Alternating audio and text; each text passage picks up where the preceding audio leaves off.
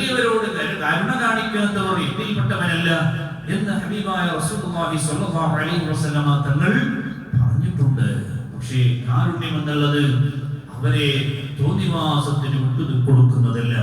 മഹാനായ സയ്യിദുദ്ദീൻ മഖ്ദൂം റളിയല്ലാഹു അൻഹു തന്നെ പറയുന്നു, മക്കളോട്, ചെറിയ മക്കളോട് കാരുണ്യം കാണിക്കുക എന്നുള്ളത് അവരെ അവരുടെ തോന്നിവാസത്തിന് വിട്ടുകൊടുക്കുക എന്നുള്ളതല്ല, അവരെ സുബഹിക്ക് വിളിച്ചുണർത്താതിരിക്കുക എന്നുള്ളതല്ല അവരോട് കാണിക്കുന്ന കാരുണ്യം എന്ന് പറയുന്നത്. മറിച്ച് അവർക്ക് നരകം വാങ്ങിച്ചു കൊടുക്കാതിരിക്കലാണ് കുട്ടികളോട് കാണിക്കുന്ന കാരുണ്യം.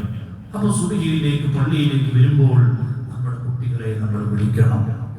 നമ്മുടെ കുട്ടികളെ നമ്മൾ വിളിക്കണം. അത് നമ്മുടെ ഉത്തരവാദിത്തമാണ്, നമ്മുടെ ഡ്യൂട്ടിയാണ്. അത് നിർവഹിക്കൽ അനിവാര്യമാണ് പ്രിയമുള്ളവരെ.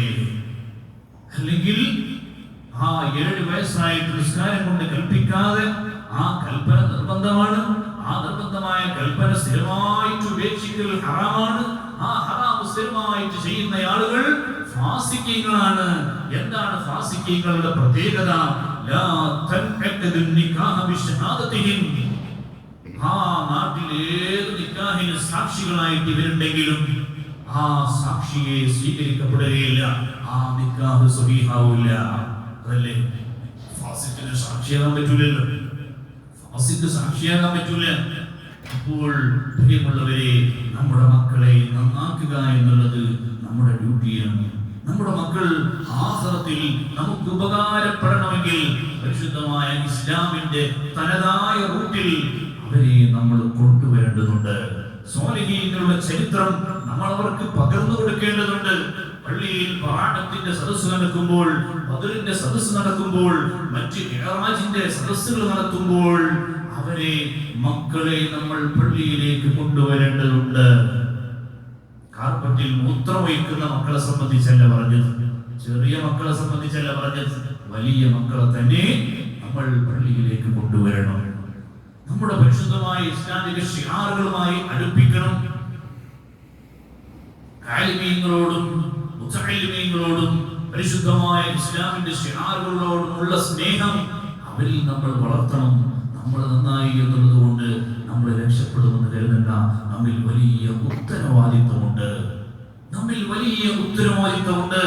ആ ഉത്തരവാദിത്വം നിറവേറ്റാതെ നമ്മൾ രക്ഷപ്പെടുമെന്ന് കരുതരുത് പ്രിയമുള്ളവരെ. നമ്മുടെ മക്കൾ നമുക്ക് ഉപകാരപ്പെടുന്ന മക്കളാകണം. സ്വാലിഹീങ്ങളുടെ ചരിത്രങ്ങൾ നമ്മുടെ മക്കൾക്ക് പരിചയപ്പെടുത്തി കൊടുക്കണം. അല്ലെങ്കിൽ നമ്മുടെ മക്കളിൽ ബിദ്അത്ത് കടന്നുകൂടുമെന്ന് മഹാന്മാർ പറയുന്നു.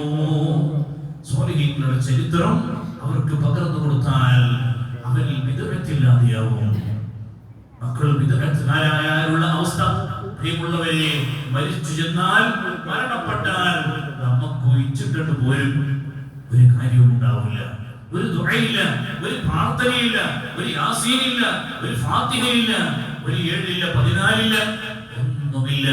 വീട്ടിൽ മുഖമായ അന്തരീക്ഷം മാത്രം.